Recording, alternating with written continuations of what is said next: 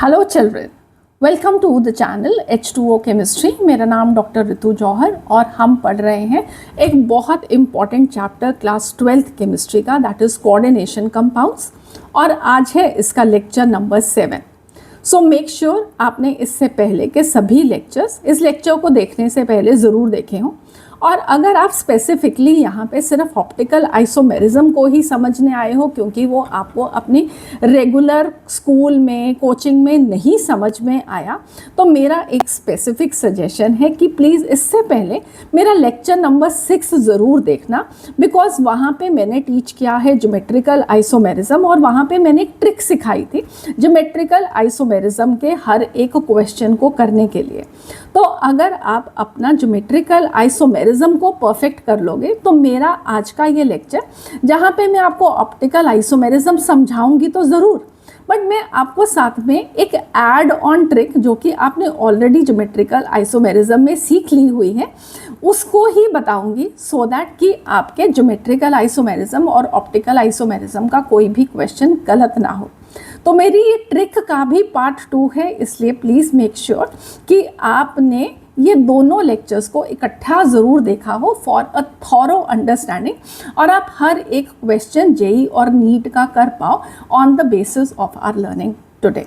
ठीक है, so please make sure lecture number 6 ज़रूर देख लो अगर आप ऑप्टिकल आइसोमेरिज्म को भी समझने के लिए ही मेरे को ज्वाइन किया हो। राइट, तो चलो शुरू करते हैं हम अपनी पढ़ाई।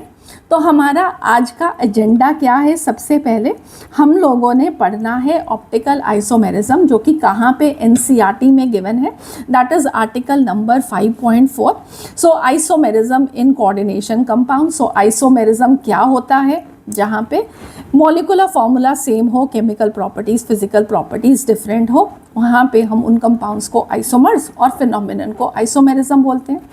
फिर हम ये ऑलरेडी पिछले 2 लेक्चर्स में सीख चुके हैं ज्योमेट्रिकल आइसोमेरिज्म होता क्या है और स्ट्रक्चरल आइसोमेरिज्म क्या होता है। तो मेरा लेक्चर नंबर ये आज 7 है। लेक्चर नंबर 5 था जहाँ पे मैंने स्ट्रक्चरल आइसोमेरिज्म को डिटेल में सिखाया था, और फिर लेक्चर नंबर 6 जैसे मैंने आपको अभी बताया कि हम लोगों ने ज्योमेट्रिकल आइसोमेरिज्म को पिछले लेक्चर में डिस्कस किया था। तो आज का हमारा लेक्चर किसके ऊपर फोकस करेगा? ऑप्टिकल आइसोमेरिज्म पे।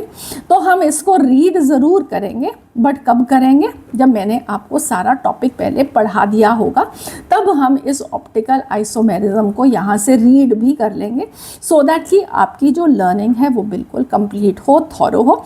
आपको एनसीईआरटी को भी दोबारा से पढ़ना या इस चीज़ का आप बोझ लेकर चलो कि एनसीईआरटी तो पढ़ी नहीं, अगर एनसीईआरटी का क्वेश्चन आ जाएगा तो पता नहीं हमसे होगा कि नहीं। तो वेल, आप लोगों ने एनसीईआरटी को पढ़ लिया है तो आप लोगों का डेफिनेटली क्वेश्चन भी ज़रूर होगा। ठीक है, तो चलो। सो आइसोमेरिज्म ये पार्ट हम ऑलरेडी डिस्कस कर चुके हैं, फटाफट सिर्फ रीड कर लेते हैं। So when the same molecular formula represents 2 और more compounds which differ in their physical and chemical properties, then such compounds they are called as isomers, और फिनोमिनन को हम आइसोमेरिज्म बोलते हैं। ठीक है, फिर हमारे पास 2 तरह की आइसोमेरिज्म, स्ट्रक्चरल और स्टीरियो आइसोमेरिज्म। तो स्ट्रक्चरल आइसोमेरिज्म के अंदर एटम्स की आपस में लिंकिंग ही डिफरेंट होती है, अलग अलग तरह के बॉन्ड बने हुए होते हैं, जबकि स्टीरियो आइसोमेरिज्म में एक एटम से सिमिलर तरह के ही एटम्स की कनेक्टिविटी होती है, बस सिर्फ उनकी स्पेस में ओरिएंटेशन का फ़र्क होता है। So structural isomerism, this arises due to the difference in the structure of coordination compounds, whereas stereoisomerism, this arises due to the difference in spatial arrangement of the atoms or groups. तो फिर structural isomerism के हमने lecture number 5 में ये 4 types को detail में understand किया, और stereoisomerism का ज्योमेट्रिकल आइसोमेरिज्म था जो कि हमने पिछले लेक्चर में डिस्कस किया। Alright, now we come up to optical isomerism. Optical isomerism को हम आज डिटेल में डिस्कस करने वाले हैं कोऑर्डिनेशन कंपाउंड्स में, बट ये टॉपिक आप लोगों ने अभी तक ज़रूर पढ़ लिया होगा जब आप लोगों ने ऑर्गेनिक केमिस्ट्री में इसको हेलो एल्केन्स और हेलो एरीन्स से पहले या उस चैप्टर के अंदर डिटेल में स्टडी किया। ठीक है, तो क्लास 11th में आपको आपके टीचर्स ने पढ़ाया हुआ हो, या आपके टीचर्स ने जहाँ पे भी आप पढ़ रहे हो, कोचिंग में जा रहे हो, आप इंस्टीट्यूट्स में जा रहे हो, आप स्कूल में जा रहे हो, वहाँ पे आप हेलो एल्केन्स और हेलो एरीन्स में आपने इस टॉपिक का रेफरेंस पाया, या तो आपको इसको जीओसी पार्ट 2 में पढ़ा दिया जाता है, या हेलो एल्केन्स हेलो एरीन्स में पढ़ा दिया जाता है इनऑर्गेनिक केमिस्ट्री। तो ऑप्टिकल आइसोमेरिज्म को डिटेल में अंडरस्टैंड अगर अभी तक आपने नहीं किया है तो I have a beautiful playlist, बहुत ही डिटेल के अंदर मैंने ऑप्टिकल आइसोमेरिज्म का एक एक कंसेप्ट समझाया हुआ है। अगेन ट्रिक्स भी सिखाई हैं जिस तरीके से आप ऑर्गेनिक केमिस्ट्री में भी ऑप्टिकल आइसोमेरिज्म के क्वेश्चंस कर सको। तो अगर आपको देखना है तो वेल आप मेरी प्लेलिस्ट्स में चेक करोगे तो एक तो जीओसी में आइसोमेरिज्म की एक प्लेलिस्ट है मेरी, उसके अंदर, और ऑप्टिकल आइसोमेरिज्म की एक अलग से भी प्लेलिस्ट बनाई हुई है। आप कहीं किसी भी एक प्लेलिस्ट में चेक करोगे तो आपको ऑप्टिकल आइसोमेरिज्म के लेक्चर्स मिल जाएंगे जो कि आपको एक थॉरो अंडरस्टैंडिंग देंगे। मैं अभी ब्रीफली उनको डिस्कस ज़रूर कर रही हूँ यहाँ पे, बट थॉरोली तो नहीं कर पाऊँगी क्योंकि वो मैंने ऑलरेडी लेक्चर्स ले लिए, तो that will be a waste of time. तो अगर आपको ऑप्टिकल आइसोमेरिज्म के बारे में बिल्कुल भी कुछ नहीं पता तो मेरा सजेशन, प्लीज़ आप उन लेक्चर्स को ज़रूर देखना, ठीक है। तो अब ऑप्टिकल किसको रेफ़र करता है? ऑप्टिकल बेसिकली लाइट को रेफ़र करता है। तो कुछ कंपाउंड्स हैं जिनकी एबिलिटी होती है to rotate the plane of the plane polarized light. तो अगर आप लोगों को पुराना टॉपिक याद हो कि लाइट आपकी हर डायरेक्शन में मूव कर सकती है, फिर हम इसके आगे एक पोलराइज़र रखते हैं जो कि सिर्फ आपको एक ही डायरेक्शन की लाइट देता है, इसको बोलते हैं प्लेन पोलराइज्ड लाइट, ठीक है। फिर इसको पास किया जाता है थ्रू द स्पेसिमन, जिसको हमने चेक करना होता है कि वो ऑप्टिकली एक्टिव है या नहीं।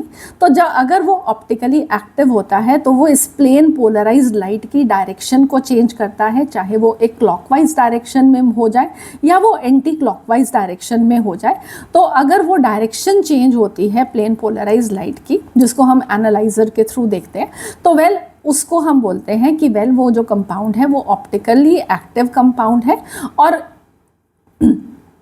इस तरीके के हमारे पास ऑप्टिकली एक्टिव आइसोमेरिज्म भी शो कर सकता है। तो अगर एक कंपाउंड लेफ्ट साइड को प्लेन पोलराइज्ड को रोटेट कर रहा है तो उसका जो आइसोमर होगा, जिसको हम इनैंशियोमर बोलते हैं, वो उसको राइट साइड पे रोटेट करता है। और इसको हम बोलते हैं कि एक जो राइट साइड को रोटेट करेगा that will be dextro rotatory, और एक जो लेफ्ट लाइट को रोटेट करेगा लाइट प्लेन पोलराइज्ड लाइट को, that will be laevo rotatory. दोनों इनैंशियोमर्स होते हैं जब हम ऑप्टिकल आइसोमेरिज्म की बात करते हैं, ठीक है। तो जो कंपाउंड्स की एबिलिटी हो कि वो लाइट के प्लेन पोलराइज्ड लाइट को रोटेट कर सकते हो, उनको हम बोलते हैं ऑप्टिकली एक्टिव कंपाउंड्स, और फिनोमिनन को बोला जाता है ऑप्टिकल आइसोमेरिज्म, जो कि आप यहाँ पे अब पिक्चर में भी देख सकते हो। ये आपकी लाइट की सोर्स है। तो लाइट हर डायरेक्शन में मूव कर रही है, पोलराइजर में से जब उसको पास किया गया तो वेल वो एक ही डायरेक्शन की रह जाएगी, जिस तरीके से भी आपने पोलराइजर को एडजस्ट किया है। तो पोलराइजर की लाइंस इस तरीके से हैं तो इसके पैरेलल वाली लाइट्स ही पास कर पाएंगी, बाकी सब ब्लॉक हो जाएंगे। अब आपने पोलैरोमीटर में से इसको पास किया तो अब अगर वो कंपाउंड ऑप्टिकली एक्टिव है तो वो उसको रोटेट कर सकता है, और कितना रोटेट किया ये हम एनालाइजर के थ्रू चेक कर सकते हैं। और अब वो हमारा कंपाउंड क्या है? ऑप्टिकली एक्टिव है। जो रोटेट करेगा टू द राइट साइड उसको हम डेक्स्ट्रो रोटेटरी बोलेंगे, जो लेफ्ट साइड पे रोटेट करता है उसको हम लीवो रोटेटरी बोलते हैं। I can just right the words, ठीक है। सो डेक्स्ट्रो और लीवो रोटेटरी। मगर ये हम कैसे चेक कर पाते हैं? सिर्फ हम जब एनालाइजर के अंदर डालते हैं तब हमें पता लगता है कि कौन सा कंपाउंड डेक्स्ट्रो है और कौन सा कंपाउंड लीवो रोटेटरी है, ठीक है। अब बेस्ड अपॉन दिस कि जो ऑप्टिकल आइसोमर्स हैं उसको हम अंडरस्टैंड कैसे करते हैं? मिरर इमेज कॉन्सेप्ट के थ्रू, कि अगर आप अपना हाथ, ठीक है, मिरर के सामने रखोगे तो what you will find is कि आपका जो लेफ्ट हैंड है वो आपके राइट हैंड की मिरर इमेज होती है, ठीक है। सो ये मेरा हाथ अगर मैं इसको मिरर में देखूंगी तो मुझको ये बिल्कुल इस तरीके से दिखाई देगा। तो मेरा लेफ्ट हैंड और मेरा राइट हैंड क्या है, दो अलग अलग हैंड्स हैं, ठीक है। तो ये इनको मानो कि ये एक ऐसा कंपाउंड है जो कि ऑप्टिकली एक्टिव है, ये एक और कंपाउंड है जो कि ऑप्टिकली एक्टिव है, ठीक है। एक दूसरे की ये दोनों मिरर इमेज है, और अगर मैं इनको एक दूसरे के ऊपर सुपरपोज करूं, जिस तरीके से आप पिक्चर में भी देख सकते हो और मेरे हाथ भी देख सकते हो, तो आप फाउंड क्या करते हो कि मेरा थंब एक अलग रह रहा है, ये प्रॉपरली सुपरपोज नहीं हो रहा है, इनफैक्ट फिंगर्स भी सुपरपोज प्रॉपर तरीके से नहीं हो रही हैं।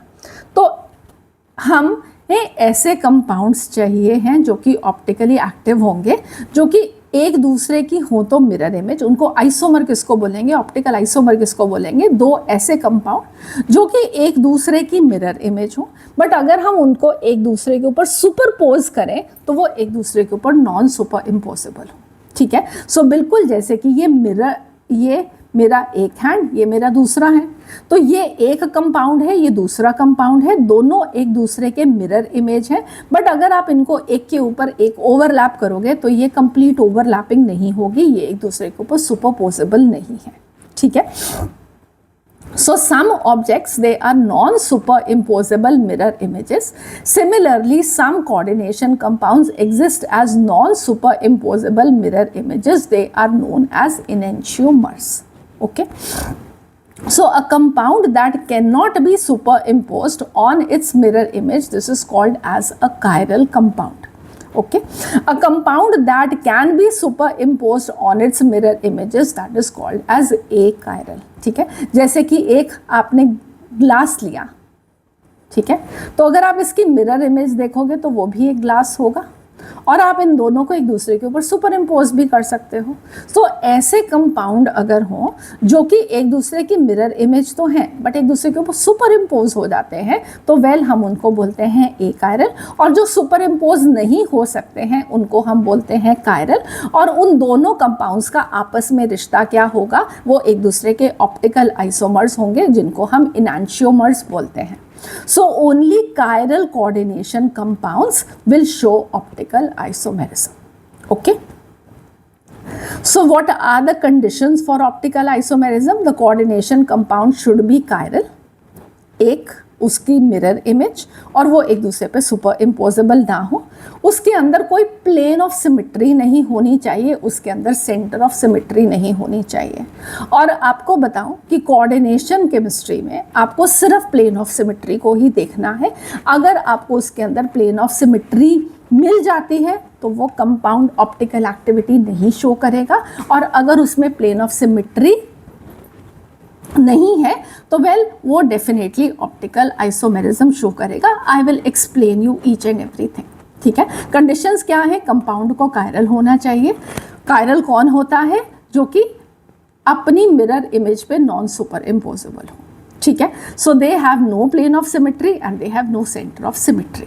नाउ अब हम अगेन ऑप्टिकल आइसोमेरिज्म पढ़ेंगे कहाँ पे, कोऑर्डिनेशन नंबर 4 के कंपाउंड्स में, कोऑर्डिनेशन नंबर 6 के कंपाउंड्स में।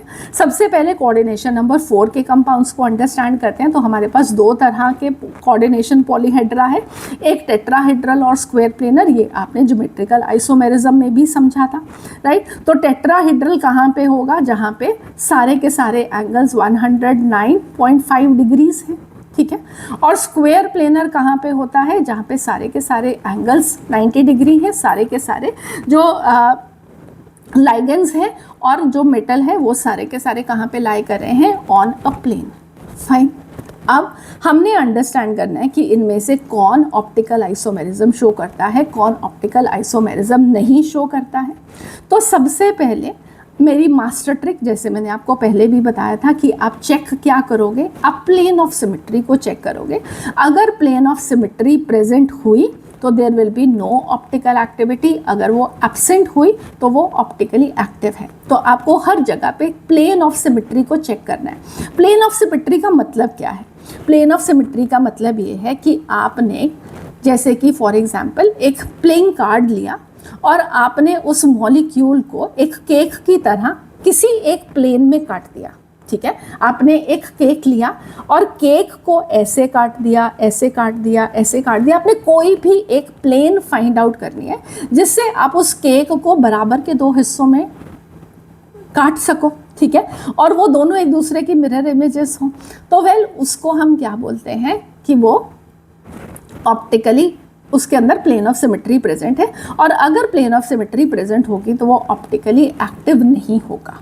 ओके, नाउ अगर हम स्क्वायर प्लेनर की बात करें तो स्क्वायर प्लेनर आप यहाँ पे देखो, या मैंने यहाँ पे सारे के सारे अलग अलग तरह के लाइगेंड्स लगा दिए। ये हमारा सेंट्रल मेटल एटम है और उसके आसपास लगे हुए 4 डिफरेंट लाइगेंड्स हैं। कोई भी हो सकता है, एक NO2 लगा है, एक Cl लगा है, एक अमोनिया लगा है, एक Br लगा है, तो सब अलग अलग तरह के लाइगेंड्स लगे हुए हैं हमारे सेंट्रल मेटल एटम को, ठीक है। अब मैं आपको बता रही हूँ कि ये सारे प्लेन एक में लाई करते हैं, तो क्या हम इसको आधा काट सकते हैं? एक सेकेंड, जस्ट वेट। ओके, ठीक है। सो आप यहाँ पे देखो, मैंने यहाँ पे 2 सेम लिए हैं, 2 अलग अलग लिए हैं, बट कोई फ़र्क नहीं पड़ता, चारों डिफरेंट भी होंगे। आप एक यहाँ से एक चाकू लेके सोचो, आप चाकू लेकर इस बॉल को आधा काटो, फिर अगली ग्रे और रेड और पर्पल बॉल भी आधी कट गई और ये भी आधा कट गया। तो ये आधी ब्लू बॉल ऊपर, आधी ब्लू बॉल नीचे, आधी रेड बॉल ऊपर, आधी नीचे, आधी पर्पल ऊपर, आधी नीचे, तो ये सब हाफ हाफ में कट जाएंगे। एग्जैक्टली आप इसको सेंटर से स्प्लाइस कर रहे हो, ठीक है। तो इसका मतलब है कि स्क्वायर प्लेनर कंपाउंड्स जो होते हैं वो ऑप्टिकल आइसोमेरिज्म शो कर ही नहीं सकते, ठीक है। हमने ज्योमेट्रिकल आइसोमेरिज्म में पढ़ा था कि टेट्राहेड्रल कॉम्प्लेक्सेस ज्योमेट्रिकल नहीं शो करते, तो ऑप्टिकल आइसोमेरिज्म स्क्वायर प्लेनर में तो आपको चेक करनी ही नहीं है, क्योंकि वहाँ पे आप चाहे सारे के सारे अलग लाइगेंड्स क्यों ना लगे हुए हों, आप उसको सेंटर में से एक केक की तरह चाकू लेकर बराबर से काट दो तो वेल उसके आधे आधे हिस्से हो जाएंगे और वो ऑप्टिकली प्लेन ऑफ सिमेट्री मिल गई आपको, तो वहाँ पे क्या होगा? There will be no optical activity, ठीक है। Is that clear? So there is no optical activity when we talk about the square planar compounds. अब हम चलते हैं टेट्राहेड्रल पे।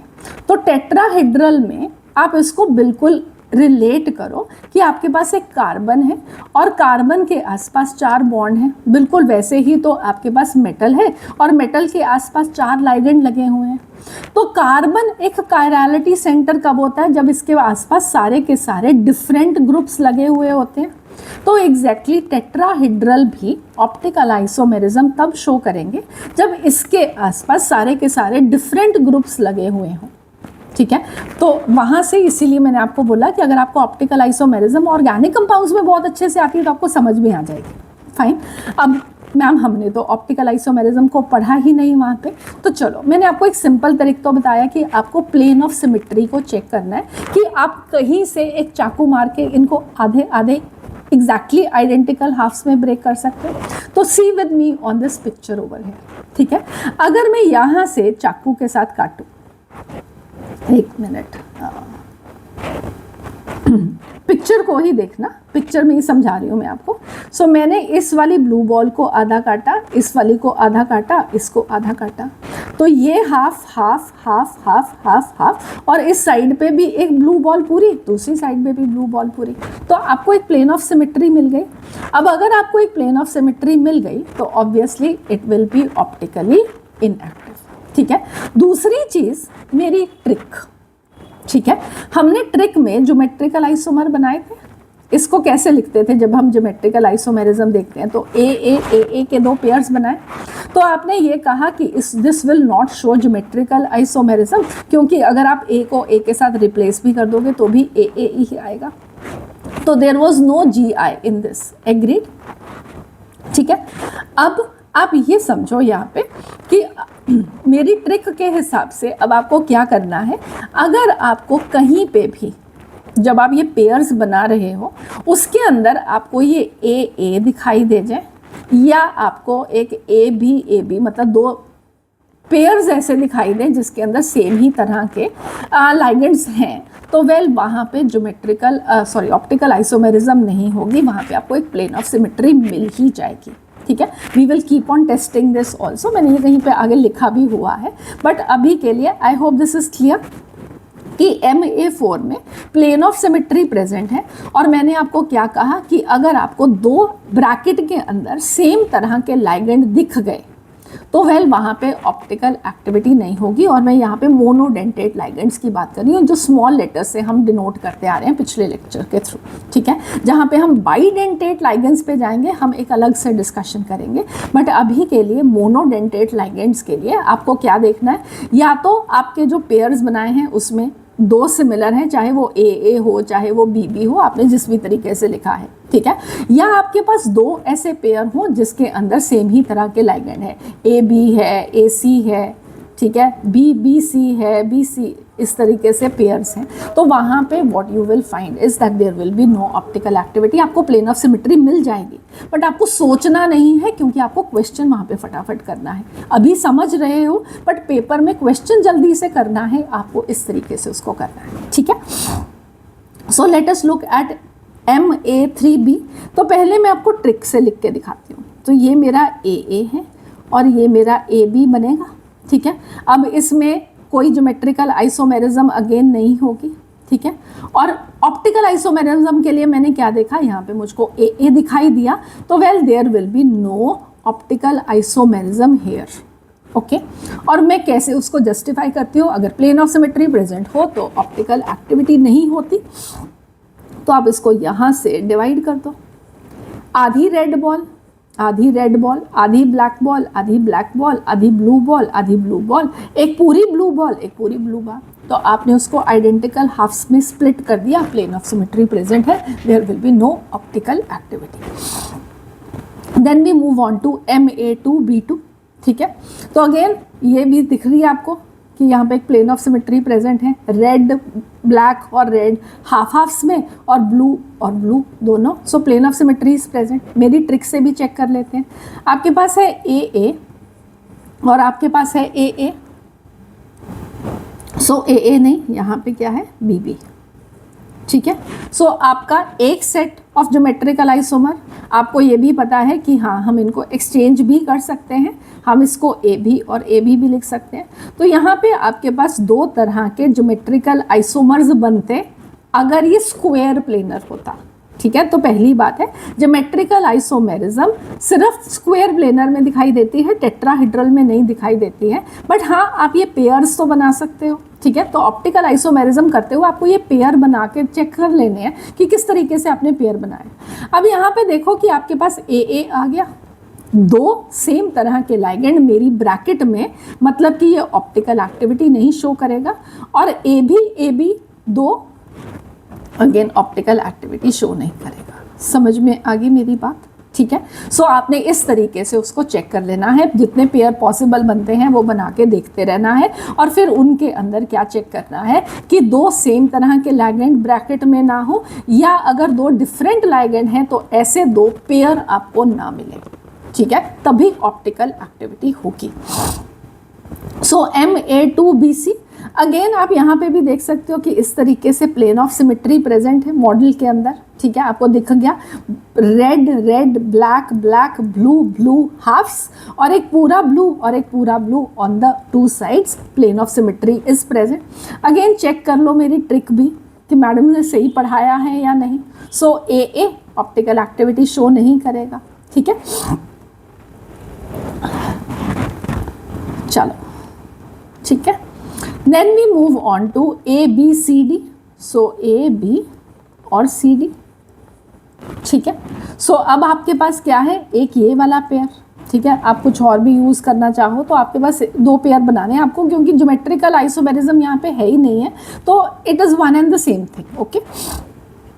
सो द नेक्स्ट विल बी आपके पास ABCD। अब अगर इसमें से मैं एक लाइन को पास करूँगी तो मेरे पास एक साइड पे ब्लू आएगा, एक साइड पे पर्पल आएगा। आप किसी भी तरीके से स्प्लाइस करने की कोशिश करो, इसके अंदर आपको प्लेन ऑफ सिमेट्री नहीं मिलेगी, और आपको यहाँ पे भी प्लेन ऑफ सिमेट्री नहीं, आपको सेम तरह के लाइगेंड ब्रैकेट में नहीं मिले, तो वेल यहाँ पे ऑप्टिकल एक्टिविटी होगी, ठीक है। So optical activity is present over here. और मेरी ट्रिक भी आपको सही चीज़ बता रही है। आई होप आप लोगों को बिल्कुल क्लियर हो गया, आपको अच्छे से समझ में आ गया। तो इस तरीके से आपको सिर्फ उसको ब्रैकेट में लिखकर चेक कर लेना है कि क्या ऑप्टिकल एक्टिविटी है या नहीं, या एक्चुअली में आपको कोऑर्डिनेशन नंबर 4 के लिए सिर्फ यही याद करना है कि स्क्वायर प्लेनर में ऑप्टिकल एक्टिविटी नहीं होती और टेट्राहेड्रल में भी सिर्फ एक ही टाइप में होगी, जहाँ पे आपके पास सारे डिफरेंट तरह के लाइगेंड लगे हुए होंगे मेटल को, बिल्कुल तभी ये एक कायरलिटी सेंटर बनेगा। बिल्कुल जैसे कि कार्बन एडेड कंपाउंड्स में भी sp3 हाइब्रिडाइजेशन में we need a chiral centre. तो आपको अगर एक ही कायरल सेंटर है तो उसके आसपास 4 डिफरेंट तरह के ग्रुप्स लगे हुए होने चाहिए, ठीक है। So this will be now, तो अगर आप देखोगे आपने एक मिरर रखा तो ये वाला और ये वाला आपस के मिरर इमेजेस हैं।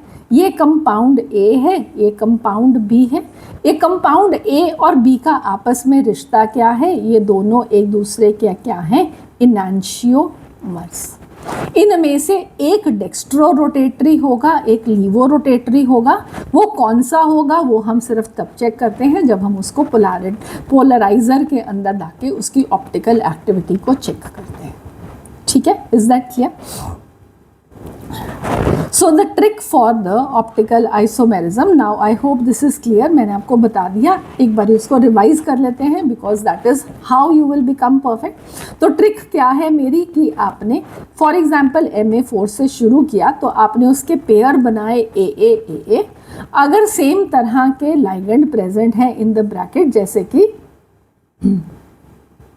ओके, सो यहाँ पे A और A लिखा हो तो ऑप्टिकल एक्टिविटी नहीं होगी, और यहाँ पे अगर आपके पास 2 पेयर्स हो जिसके अंदर सेम तरह के लाइगेंड्स प्रेजेंट हो तो वेल वहाँ पे भी ऑप्टिकल एक्टिविटी नहीं होगी, ठीक है। So in MA4 there will be no optical isomerism. MA3B के अंदर we have AA and AB। So ये वाला इसको ऑप्टिकली इनएक्टिव बनाएगा, so no optical activity. MA2 में AABB, no optical activity. MAABC there will be no optical activity, ठीक है। And here we will be having AB and CD, so there is optical isomerism is present, ठीक है। I hope this is clear. So summing up, no optical isomerism will be present in square planar compounds, and optical activity in the tetrahedral complexes will be only in the type MABCD, ठीक है। आसान है याद करना। Geometrical isomerism tetrahedral में absent होती है और ऑप्टिकल आइसोमेरिज्म स्क्वायर प्लेनर में कंप्लीटली एब्सेंट होती है। टेट्राहेड्रल आपको यहाँ पे कहाँ पे ऑप्टिकल एक्टिविटी दिखेगी? MABCD, ठीक है। क्लियर? चलो, so the next we move on to stereo isomerism in the octahedral complexes, that is coordination number 6। सो आपके पास मोनोडेंटेट लाइगेंड है, ठीक है। तो पहले केस के अंदर अगर मेरे पास MA6 होगा तो मैं उसको कैसे लिखूंगी? AA।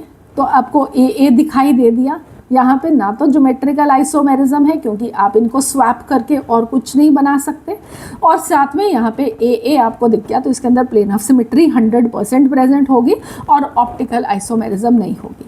कहाँ पे है प्लेन ऑफ सिमेट्री? देख लो, कोई भी ले लो आप, इसको यहाँ से काट दो, ये सब हाफ हाफ में कट जाएंगे और ये 2 इधर वाइट 2 इधर balls white, so plane of symmetry is present. Then we move on to MA5B। तो मेरे पास AA और AB है, ठीक है। इस तरीके से बना लोगे, स्वैप करोगे तो भी कुछ और नहीं बनता, तो there is no geometrical isomerism, और AA दिखाई दे दिया तो there will be no optical activity. देखना चाहते हैं हम कहाँ पे?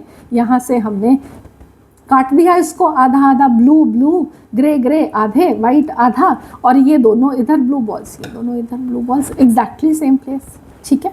देन वी हैव MA4B2, यहाँ से आप इसको काट पाओगे, ठीक है। और आपके पास यहाँ पे 2 तरह के आइसोमर्स हैं, एक बार लिख लेते हैं, ठीक है। सो AA है और BB है। स्वैप भी कर सकते हैं हम, AA रखा, एक AB बना और एक AB बनेगा। तो आपके पास यहाँ पे दो आइसोमर बन रहे हैं, एक सिस होता है एक ट्रांस होता है। आप यहाँ पे देख भी पा रहे हो कि ये वाला ट्रांस है क्योंकि ये दोनों वाइट बॉल्स एक दूसरे के 180 डिग्री पे हैं, और ये वाला एक सिस है क्योंकि यहाँ पे ये दोनों एक दूसरे के 90 डिग्री पे प्रेजेंट है। तो एक ट्रांस एक सिस। अब ट्रांस वाले में आप देख सकते हो कि आप एक प्लेन ऑफ सिमेट्री को ड्रॉ कर सकते हो, ठीक है। सो ये वाइट ये आधे आधे हो जाएंगे, ये दोनों एक साइड एग्जैक्टली हाफ स्प्लिट हो जाएगा। बट जब आप एक सिस कंपाउंड लोगे तो सिस कंपाउंड के अंदर what will you find is कि ये आप अगर किसी भी तरीके से काट के देखोगे तो आपको आइडेंटिकल हाफ्स नहीं मिलते, और क्योंकि आपको आइडेंटिकल हाफ नहीं मिल रहे हैं तो वेल ये क्या है, ऑप्टिकल एक्टिविटी नहीं शो करेगा। मैं आपको एक बार दिखाती हूँ, वेट, ठीक है। देखो क्या आप कर पा रहे हो, आप ऐसे डिवाइड करोगे तो एक ब्लू ये वाला नहीं, ठीक है। तो आपको यहाँ पे क्या लग रहा है, वेल हमको यहाँ पे ये लग रहा है कि ये एक सिस कंपाउंड के अंदर ऑप्टिकल एक्टिविटी नहीं है, ठीक है। बट आपने यहाँ पे तो देखा ए था, यहाँ पे क्या है, ए भी प्रेजेंट है और दो ए बी भी प्रेजेंट है। इसका मतलब है मैम की ट्रिक के हिसाब से तो हम इसको प्लेन ऑफ सिमेट्री में ज़रूर काट सकते हैं। कैसे काट सकते हैं, इसको एक अलग ओरिएंटेशन के अंदर देखो। अब आप इस ओरिएंटेशन में क्या देख रहे हो कि मैं अगर इसको यहाँ से ऐसे काटूंगी, मेरे को सिर्फ उसको ओरिएंटेशन, यहाँ पे मुझको ऐसे लग रहा था कि नहीं आधे आधे हिस्से में बराबर कटेंगे नहीं, ठीक है। ये ब्लू इधर है, ये ब्लू इधर है, ये ऊपर ग्रीन है, मुझे नहीं दिख रहा था। ऐसे भी कर रही थी तो मुझे नहीं दिख रहा था, बट अब मैंने उसकी ओरिएंटेशन को चेंज किया। अब आपको दिख रहा है कि ये आधे आधे कट गए और ये इधर ये एग्जैक्टली 2 हाफ्स में कट गए हैं। तो मैम की ट्रिक तो सही है, तो इसलिए हम फोकस ही ट्रिक पे करते हैं ना। तो आपको 100% बता रही हूँ, आपकी गलती नहीं होगी अगर आप प्रेयर्स में सिर्फ उसको ट्रिक को चेक करोगे, ठीक है। Is that clear? So MA4BC को मैंने अब कैसे लिखा, AA और AB तो मुझे यहाँ पे AA दिखाई दे गया, मुझे यहाँ पे भी AA दिखाई दे दिया। इसका मतलब है यहाँ पे दो ज्योमेट्रिकल आइसोमर्स तो बनेंगे but there will be no optical isomers. Clear हो रहा है? गुड, ठीक है, fine, okay. Then we have is MA3B3, fac और मर ज्योमेट्रिकल आइसोमर्स यहाँ पे बनते हैं, ठीक है। सो एक फैक होता है, एक मर आइसोमर होता है फेशियल और मेरिडोनल। तो आई होप आप लोगों को क्लियर है। अब हमने क्या लिखा उसको AA AB BB, और फिर हमने स्विच भी कर दिया इन दोनों के बीच, AB बन गया। तो आपको AA दिखाई दे गया, BB दिखाई दे गया, कहीं पे भी एक ब्रैकेट में दोनों लाइगेंड सेम है, so there will be no optical isomerism. और यहाँ पे आपको AB के भी दो पेयर्स तो दिखाई देंगे, यहाँ पे तो तीनों ही हैं, तो there will be no optical activity. Is that clear? ठीक है। सो हम ज़्यादा फोकस नहीं करेंगे कि हम उसको कैसे प्लेन ऑफ सिमेट्री, हम ट्रिक पे फोकस करते हैं क्योंकि उसी तरीके से हमने अपने क्वेश्चंस को फटाफट से सॉल्व करना है, रादर दैन कि मैं वहाँ पे इमेजिन करूँगी कहाँ पे प्लेन ऑफ सिमेट्री है। नहीं, हम वो नहीं करेंगे, हम अपना टाइम वेस्ट नहीं करेंगे अपने एग्जामिनेशन में, right. Then we have MA3B2C। So आप उसके पहले 3 पेयर्स बना लो, ये 3 बनते हैं। हम लोगों ने ये काम पिछले लेक्चर में किया हुआ, तो इस पर बहुत ज़्यादा इसलिए फोकस नहीं कर रही हूँ कि ज्योमेट्रिकल आइसोमर्स कितने बने। अब हमने इस तरीके से बनाया। अब मैंने यहाँ पे क्या चेक किया, AA प्रेजेंट है, यहाँ पे ऑप्टिकल एक्टिविटी नहीं होगी। AB प्रेजेंट है तो यहाँ पे भी ऑप्टिकल एक्टिविटी नहीं होगी। AA भी प्रेजेंट है, BB भी प्रेजेंट है, तो यहाँ पे भी ऑप्टिकल एक्टिविटी नहीं होगी। There is no optical isomerism in any of the 3 geometrical isomers of the type MA3B2C। Okay, fine. Is that clear to you people? चलो, right? So I'm not focusing on this, ठीक है। Although I wanted to put up the model pictures over here जहाँ पे आप actually में plane of symmetry को देख भी पाओ, but never the mind. I hope this is clear. Fine. So MA3BCD type। अब यहाँ पे अगेन पहला काम आपका क्या करना है, जब भी आपको ऑप्टिकल आइसोमेरिज्म उस कंपाउंड में चेक करनी है, आपको उसके पहले सारे ज्योमेट्रिकल आइसोमर्स लिखने हैं। और ज्योमेट्रिकल आइसोमर कैसे लिखते हैं मैंने आपको पिछले लेक्चर में ऑलरेडी सिखा दिया कि ये आपके पास 4 पेयर्स बने, 4 तरह के ज्योमेट्रिकल आइसोमर्स बनेंगे। अब मैं सिर्फ ऑप्टिकल आइसोमेरिज्म के लिए क्या चेक करूंगी, इसमें ए प्रेजेंट है तो ऑप्टिकल एक्टिविटी नहीं होगी। अगला देखोगे AC, AB, AD, तो इसके अंदर तीनों ब्रैकेट्स में डिफरेंट चीज़ें हैं तो this will show optical activity. A again दिखाई दे दिया तो नो ऑप्टिकल एक्टिविटी। यहाँ पे भी मुझे ए दिखाई दे गया तो नो ऑप्टिकल एक्टिविटी। इन चार में से सिर्फ एक ऑप्टिकल एक्टिव है। इसका मतलब है अगर मैं आपसे यहाँ पे स्टीरियो आइसोमर्स पूछूं कि कितने बनेंगे तो well that is going to be 4 + 1।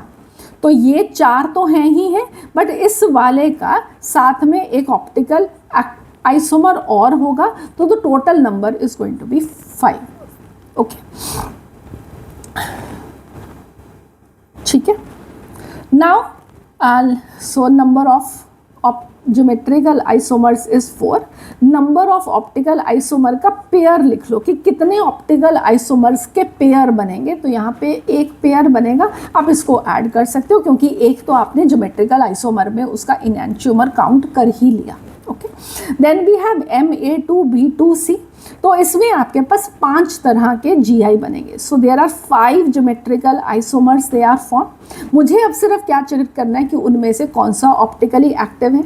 ये AA दिखाई दिया, नहीं एक्टिव होगा।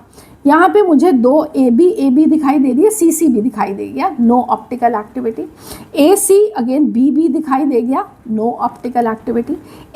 AB, AC, BC यहाँ पे तीनों पेयर्स हैं तो यहाँ पे ऑप्टिकल आइसोमेरिज्म होगी। यहाँ पे मुझे अगेन AC दिखाई दे गया तो यहाँ पे भी ऑप्टिकल एक्टिविटी नहीं है।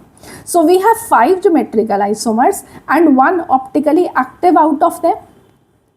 So the total number of stereoisomers will be 6. MA2B2CD type, ठीक है। तो अब यहाँ पे मैंने ज्योमेट्रिकल आइसोमर कितने लिखे हैं, 6। तो आपको हर एक पॉसिबल कम्बिनेशन बनाना है कि कितने कम्बिनेशंस में हम इनको अरेंज कर सकते हैं डिफरेंटली। प्रैक्टिस की होगी आपने तो आपको पता होगा कि फटाफट आप कौन से पेयर बना सकते हो। तो थोड़ी सी आपको एक्टिविटी अपनी अच्छे से रखनी है। सो अब हम इन 6 में से चेक करते हैं कि कौन सा ऑप्टिकली एक्टिव है, कौन सा ऑप्टिकली एक्टिव नहीं है। सो अगेन AA दिखाई दे दिया, नो ऑप्टिकल एक्टिविटी। अगले में भी AA दिखाई दे गया, no optical activity. AB, AC, BD, तो yes this one is optically active. AB, BC, AD again यहाँ पे ये भी ऑप्टिकली एक्टिव है। AB दिखाई देंगे, अगले में ऑप्टिकल एक्टिविटी नहीं होगी। यहाँ पे मुझे BB दिखाई दे रहा है तो ऑप्टिकल एक्टिविटी नहीं होगी। सो आपके पास यहाँ पे 6 GI हैं और 2 उनमें से ऑप्टिकली एक्टिव हैं तो 2 और आप उनके ऑप्टिकल आइसोमर्स को ऐड कर लो। So the total number of stereo isomers will be 8। ठीक है, आपको ज्योमेट्रिकल आइसोमर पूछे जा सकते हैं, आपको पूछा जा सकता है कि इसमें से कितने ऑप्टिकली एक्टिव होंगे, ये भी पूछा जा सकता है। Total number of stereo isomers हैं वो भी पूछा जा सकता है। ठीक है, और फॉर एग्जाम्पल उनमें से कोई आपका स्ट्रक्चरल आइसोमेरिज्म भी शो करता हो, जैसे कि फॉर एग्जाम्पल इनमें से एक लाइगेंड जो है वो NO2 है, तो अगर वो NO2 है तो वेल वो ONO भी हो सकता है। इसका मतलब है कि यहाँ पे एम्बिडेंटेट लाइगेंड प्रेजेंट है तो आपके पास स्ट्रक्चरल आइसोमर भी बनेंगे।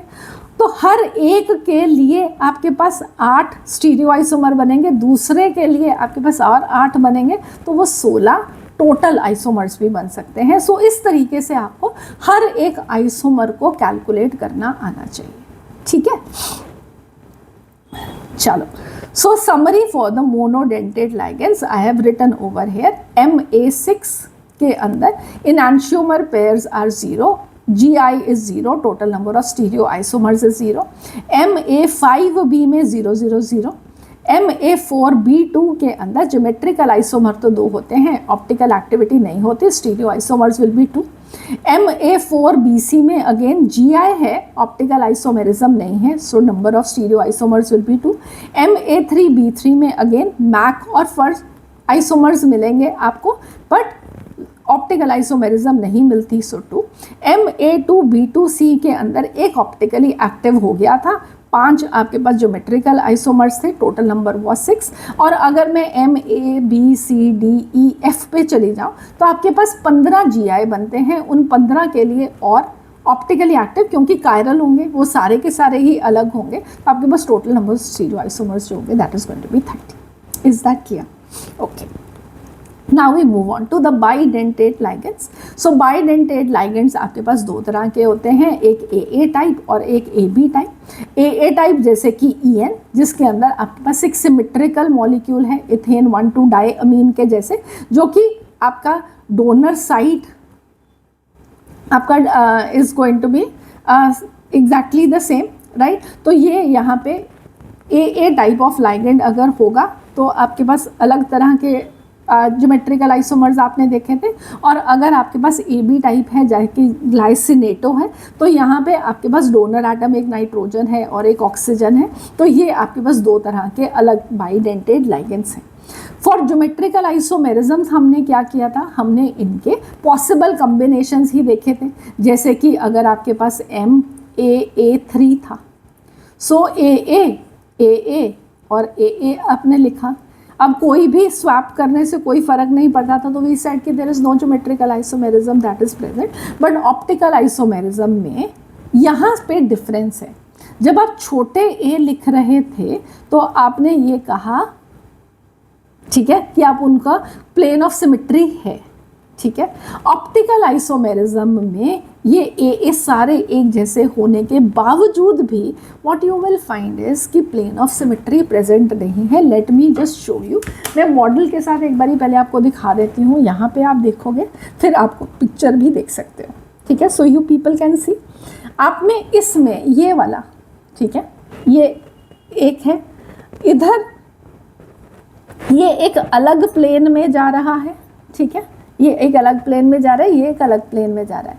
तो जब ये हम इनको बाइडेंटेट बना देते हैं ना, ये तीन अलग अलग प्लेन्स में है, आप कहीं से भी इसकी प्लेन ऑफ सिमेट्री नहीं कट कर सकते। आप इसको बराबर 2 हाफ्स में कट ही नहीं कर पाओगे, क्योंकि ये अलग तरीके से जुड़े हुए हैं। ये तीन अलग अलग डायरेक्शंस में आपका बाइडेंटेट लाइगेंड जा रहा है, ठीक है।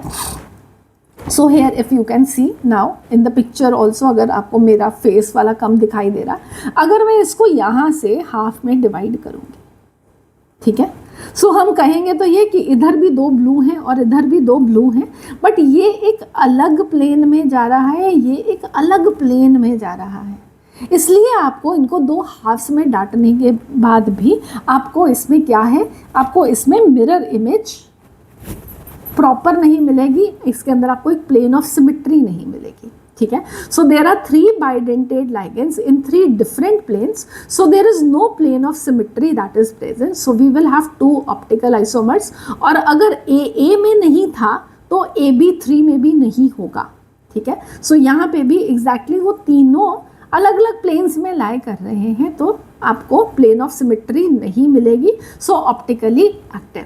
सो अगर आपके पास 3 वाला कंपाउंड है, 3 बाइडेंटेट लाइगेंड लगे हुए हैं, आपके पास OX3 लगा हुआ है, आपके पास EN3 लगा हुआ है, आपके पास ग्लाइसिनेटो 3 लगा हुआ है, कहीं पे भी 3 साथ में लगा हुआ है, तो वो जो है वो ऑप्टिकली क्या होगा, एक्टिव ही होगा, ठीक है। अब हम मूव करते हैं, अगर हमारे पास 2 बाइडेंटेड लाइगेंड्स लगे हुए हैं और उसके साथ 2 मोनोडेंटेड लाइगेंड लगे हुए हैं, ठीक है। सो आप लोगों ने अगेन अब इस केस में सबसे पहले आप ज्योमेट्रिकल आइसोमर्स लिख लो। एक आपके पास AA और BB है, और एक AB AA और AB है। इन दोनों को आपस में स्वैप करने के बाद, ठीक है, तो आपका एक कंपाउंड एक ट्रांस कंपाउंड बनेगा और एक आपके पास सिस कंपाउंड बनेगा। ट्रांस वाला ये होगा और ये वाला सिस होगा, ठीक है, डन है। अब इसके अंदर व्हाट विल यू फाइंड, आपको दिख रहा है कि यहाँ पे इसके अंदर प्लेन ऑफ सिमेट्री प्रेजेंट है, ये आपको दिख रहा है, ये प्लेन ऑफ सिमेट्री प्रेजेंट। अब इसके अंदर अगर आप इसको हाफ में डिवाइड करोगे, आप यहाँ से डिवाइड करो तो भी आपको प्लेन ऑफ सिमेट्री नहीं मिलेगी, आप यहाँ से डिवाइड करो आपको प्लेन ऑफ सिमेट्री नहीं मिलेगी, आप कहीं से भी डिवाइड कर रहे हो आपको प्लेन ऑफ सिमेट्री नहीं मिल रही, ठीक है। बट ये अगर आप इसकी सिर्फ 2 डायमेंशनल खुद से लिख के बनाओगे तो आप कहोगे यहाँ पे प्लेन ऑफ सिमेट्री प्रेजेंट है, और आप इसको अगर ऐसे काट दोगे तो आपको प्लेन ऑफ सिमेट्री मिलेगी, ठीक है। सो ये इधर चला गया, इधर चला गया, ये भी इधर इधर, तो आपको 2 डायमेंशनली जब आप खुद से लिखोगे तो आपको ऐसे लगेगा कि इसके अंदर प्लेन ऑफ सिमेट्री प्रेजेंट है। बट अगर आप एक्चुअल मॉडल को देख रहे हैं तो आपको दिख रहा है कि इसके अंदर प्लेन ऑफ सिमेट्री नहीं है, ठीक है। सो ट्रांस के अंदर प्लेन ऑफ सिमेट्री प्रेजेंट है, सिस के अंदर प्लेन ऑफ सिमेट्री नहीं प्रेजेंट है जब आपके पास दो बाइडेंटेट लिगेंड लगे हुए हों और दो मोनोडेंटेट लिगेंड लगे, ठीक है। So then I can have this as MA, एक बाइडेंटेट लिगेंड लगा हुआ है और मेरे पास 4 मोनोडेंटेट लिगेंड लगे हुए हैं। तो अब आप यहाँ पे देखो what are you seeing over here, ठीक है। सो आपके पास AA है, इसके आप पहले ज्योमेट्रिकल आइसोमर्स लिख लो AA, ओके। यहाँ पे भी अगेन मैंने आपको पिछले लेक्चर में भी बताया था कि आपको AA नहीं इकट्ठा साथ में लिखना, क्योंकि वो 180 डिग्री के एंगल पे नहीं हो सकते, आपको इन दोनों को 90 डिग्री पे लगना है। तो इन दोनों को आप अलग अलग ही लिखोगे, पहले A, AB और BC, और दूसरा आपके पास इस तरीके से बन जाएगा, ठीक है। Is that clear? सो अब जब आपने ये लिया तो आपने इसको लिखते हुए इसकी पोजीशन इस तरीके से फिक्स कर ली, ठीक है। तो आप इनको तो AA को इस तरीके से लिख लो। अब आपके पास 3 B और एक C है, तो आप उनके लिए पॉसिबल क्या बना सकते हो, B के सामने B और एक B के सामने C, ठीक है। अब इसके लिए भी ट्रिक बता रही हूँ। तो ट्रिक किसके लिए है, जहाँ पे आपके पास मोनो बाइडेंटेड लाइगेंड एक है, जहाँ पे तो 3 बाइडेंटेड लाइगेंड थे वहाँ पे वो ऑप्टिकली एक्टिव था ही।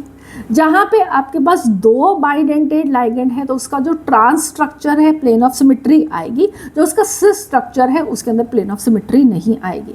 जहाँ पे आपके पास एक बाइडेंटेड लाइगेंड हो तब वहाँ पे आपको क्या देखना है कि 2 ऑपोजिट अगर तो सेम है तो then there is going to be plane of symmetry that is present, ठीक है। 2 ऑपोजिट जो हैं वो दोनों सेम है तो प्लेन ऑफ सिमेट्री प्रेजेंट है। क्यों? क्योंकि आप इसको यहाँ से AA को आधा काटते हुए B और C को आधा काटते हुए, जैसे कि स्क्वायर प्लेनर में काट रहे थे उस तरीके से काटोगे, एक आपको B ऊपर एक B आपको नीचे मिल जाएगा, तो आइडेंटिकल प्लेन ऑफ सिमेट्री मिल जाएगी, ठीक है। So what I am telling you over here is कि अगर आपके पास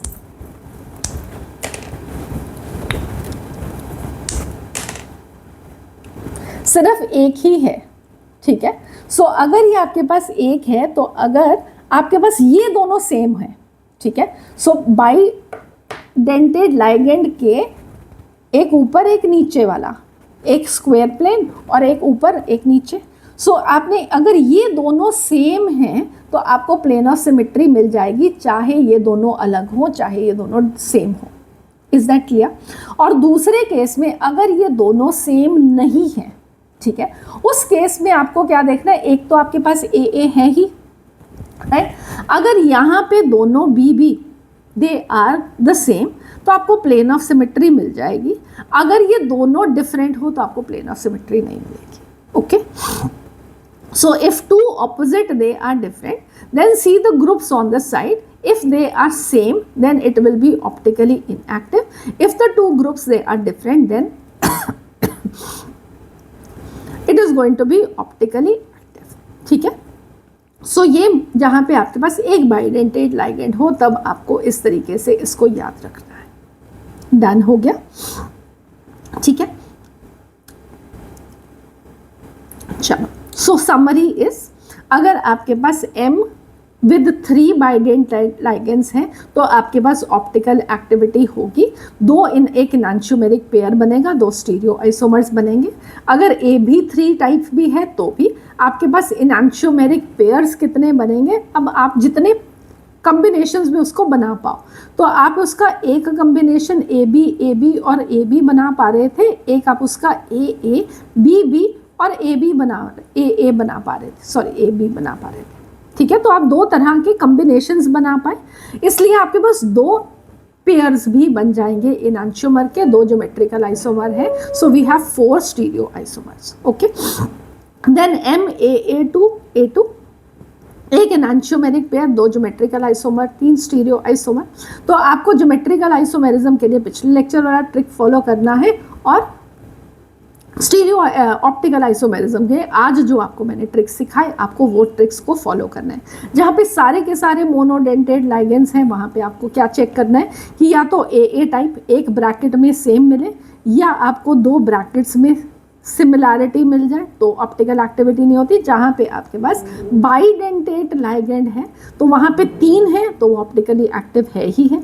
जहाँ पे आपके पास 2 बाइडेंटेट लाइगेंड है तब आपको देखना है उसका ट्रांस कंपाउंड जो होगा वो ऑप्टिकली इनएक्टिव होगा, सिस जो होगा वो ऑप्टिकली एक्टिव होगा। और अगर एक ही बाइडेंटेट लाइगेंड प्रेजेंट है तो अब आपको देखना है कि 2 ऊपर वाले जो हैं ट्रांस कंपाउंड बन रहा है तो वो उसके अंदर प्लेन ऑफ सिमेट्री प्रेजेंट ही होगी, और अगर वो आपस में डिफरेंट है तो आपको साइड वाले भी चेक करने हैं, ठीक है। So now what you are going to do is as a homework कि आपको ऑप्टिकल आइसोमर्स ड्रॉ करने हैं जिस तरीके से पिछली बार आपने ज्योमेट्रिकल आइसोमर्स के किए थे।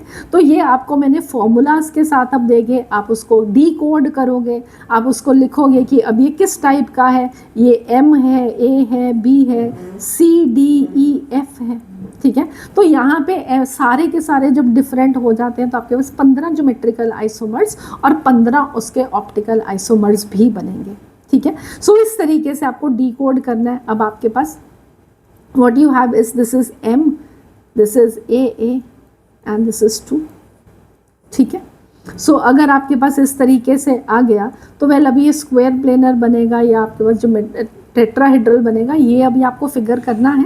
बट यहाँ पे आपको कोई कायरलिटी सेंटर नहीं मिलेगा क्योंकि सब सेम ही तरह के लाइगेंड प्रेजेंट है। तो well this is going to be optically inactive types, ठीक है। सो इस तरीके से आपको ये सब करना है, ठीक है। Okay, so that was mistake, this is मैं भी यही सोच रही थी, ठीक है। सो इस तरीके से सो ये यहाँ पे इनके आंसर्स भी गिवन हैं, आप उनको भी देख सकते हो, ठीक है। आप एक बारी क्वेश्चन को खुद से सॉल्व करो, उसके बाद इनके आंसर्स को भी देख लो। I have drawn all of them for you with the images. तो आपको हर एक चीज़, आपका कंसेप्ट परफेक्ट हो जाएगा जब आप इनको प्रैक्टिस करोगे, ठीक है। फाइन। सो आप यहाँ पे एक केक का एक्सप्लेनेशन लिखा हुआ देख रहे हो। I am not repeating it again, otherwise it's just going to be a repetition of the lecture. तो अब हम पहुंच गए हैं ऑप्टिकल आइसोमेरिज्म में। यहाँ पे आपको टेक्स्ट में क्या गिवन है तो हम फटाफट से उसको रीड कर लेते हैं। Optical isomers they are mirror images जो कि एक दूसरे के ऊपर सुपरपोज नहीं किए जा सकते, और इन ऑप्टिकल आइसोमर्स को हम इनैंशियोमर्स बोलते हैं। द मॉलिक्यूल्स और द आयंस जिनको सुपर इम्पोज नहीं किया जा सकता उनको कायरल मॉलिक्यूल्स बोला जाता है। जो 2 फॉर्म्स होते हैं, एक को डेक्स्ट्रो बोलते हैं, एक को लीवो बोलते हैं, डिपेंडिंग अपॉन कि वो लाइट, प्लेन पोलराइज लाइट को किस डायरेक्शन में रोटेट करते हैं। डी मतलब कि राइट साइड पे और एल मतलब कि लेफ्ट साइड पे। Optical isomerism is common in octahedral complexes involving डाइडेंटेट ligands. तो सबसे ज़्यादा ऑप्टिकल आइसोमेरिज्म हम कहाँ पे देखते हैं, जहाँ पे हमारे पास डाइडेंटेट या बाइडेंटेट लाइगेंड्स प्रेजेंट हैं। तो जैसे कि आप COEN3 देख रहे हो यहाँ पे, तो ई अगर आपके पास बाइडेंटेट लाइगेंड्स हैं, चाहे वो AA टाइप के हों या वो AB टाइप के हों, आपको ऑप्टिकल आइसोमेरिज्म मिलेगी ही मिलेगी, ठीक है। हम ये कर चुके हैं। इसके अंदर the next one we have is PTCl2EN2। तो 2 अगर प्रेजेंट है तो उसका जो ट्रांस होता है वो ऑप्टिकली एक्टिव नहीं होता, जबकि सिस वाला ऑप्टिकली एक्टिव होता है। अगेन हम पढ़ चुके हैं, ठीक है। So draw the geometrical isomers for FeNH3 to CN4, ठीक है। तो आपके पास ये किस तरीके का स्ट्रक्चर है, ये आपके पास MA2 और B4 या A4B2 कुछ भी करके आप लिख सकते हो। तो आपको क्या करना है, अगेन AA BB आप इसका AB और BB बना सकते हो। इसका मतलब है 2 बनेंगे, एक सिस बनेगा, एक ट्रांस बनेगा, जो कि आप यहाँ पे ड्रॉ करके देख सकते हो, ठीक है। Out of the following 2 coordination entities which is chiral optically active, ठीक है। एक आपके पास है सिस जिसके अंदर आपके पास AA2 है और एक आपके पास A2 या B2 कुछ भी है, ठीक है। तो इसके लिए मैंने आपको ऑलरेडी बता दिया कि जो सिस कंपाउंड होगा, अगर आपके पास 2 बाइडेंटेट लाइगेंड्स प्रेजेंट है तो उसमें जो सिस होता है वो ऑप्टिकली एक्टिव होता है और जो ट्रांस होता है वो ऑप्टिकली इनएक्टिव होता है, ठीक है। सो ये वाले के अंदर आपको प्लेन ऑफ सिमेट्री मिलेगी, इस वाले के अंदर आपको प्लेन ऑफ सिमेट्री दिख रही है पर मिलेगी नहीं क्योंकि ये अलग डायरेक्शंस में लाइगेंड्स की पोजीशन है, ठीक है। So the next we have is the NEET and the JEE questions. So अगर आप नीट और जेई के अब क्वेश्चन देखोगे, this is the NEET 2026 question, जहाँ पे आपको इनको मैच करना है with the type of isomerism they will be showing. तो आप फटाफट से पहले खुद से पॉज करो और फिर उसका सोल्यूशन चेक करो. तो आई होप आप लोगों ने इसको कर लिया है. सो ये मेरा कौन सा टाइप है, MA2 और B2 टाइप है. ठीक है. सो अगर मेरे पास MA2 B2 हो तो मैं इसका एक सिस और एक ट्रांस बना सकती हूँ. ठीक है. और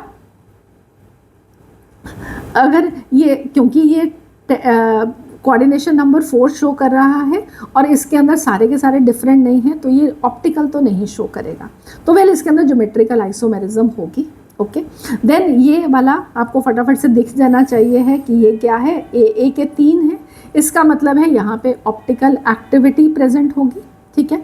यहाँ पे मुझे NO2 दिखाई दे रहा है. So this is a linkage isomerism. मुझे यहाँ पे वाटर दिखाई दे रहा है जो कि बाहर और अंदर मूव कर सकता है. सो यहाँ पे मुझे हाइड्रेशन या सॉल्वेशन आइसोमेरिज्म दिखाई देगी. ठीक है. So the correct answer is going to be third choice according to what we have discussed.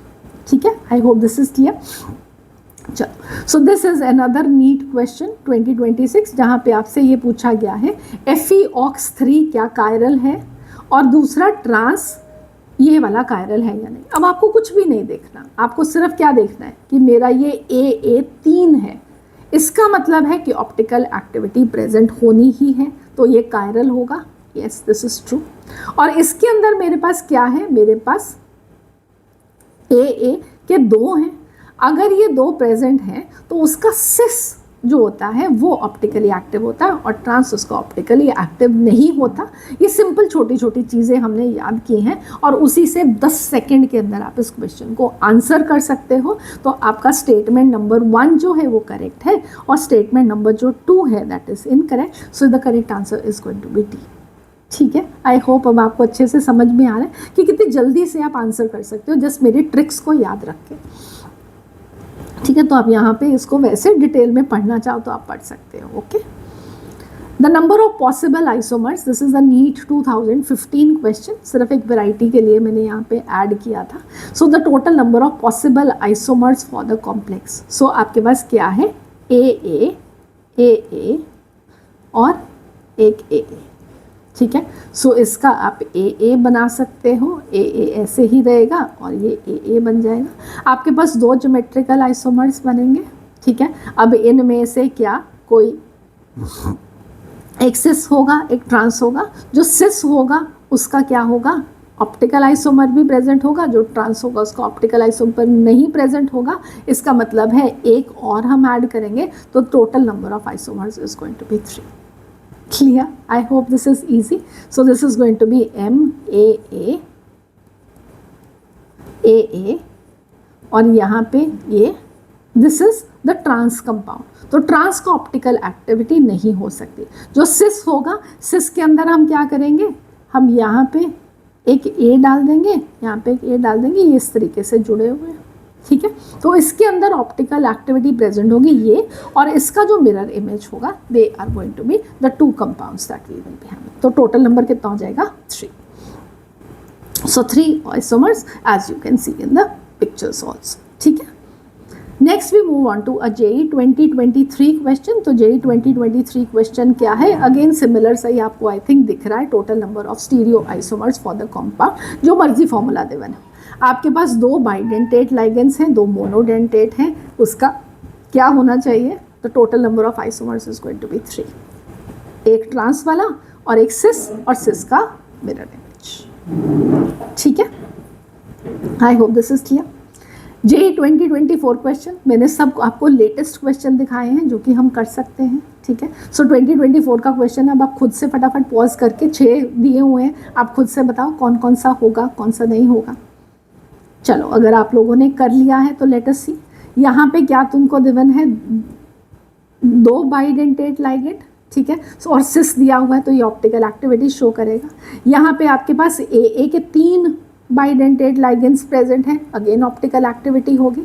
यहाँ पे अगेन सिस वाला और 2 गिवन है, ऑप्टिकल एक्टिविटी होगी.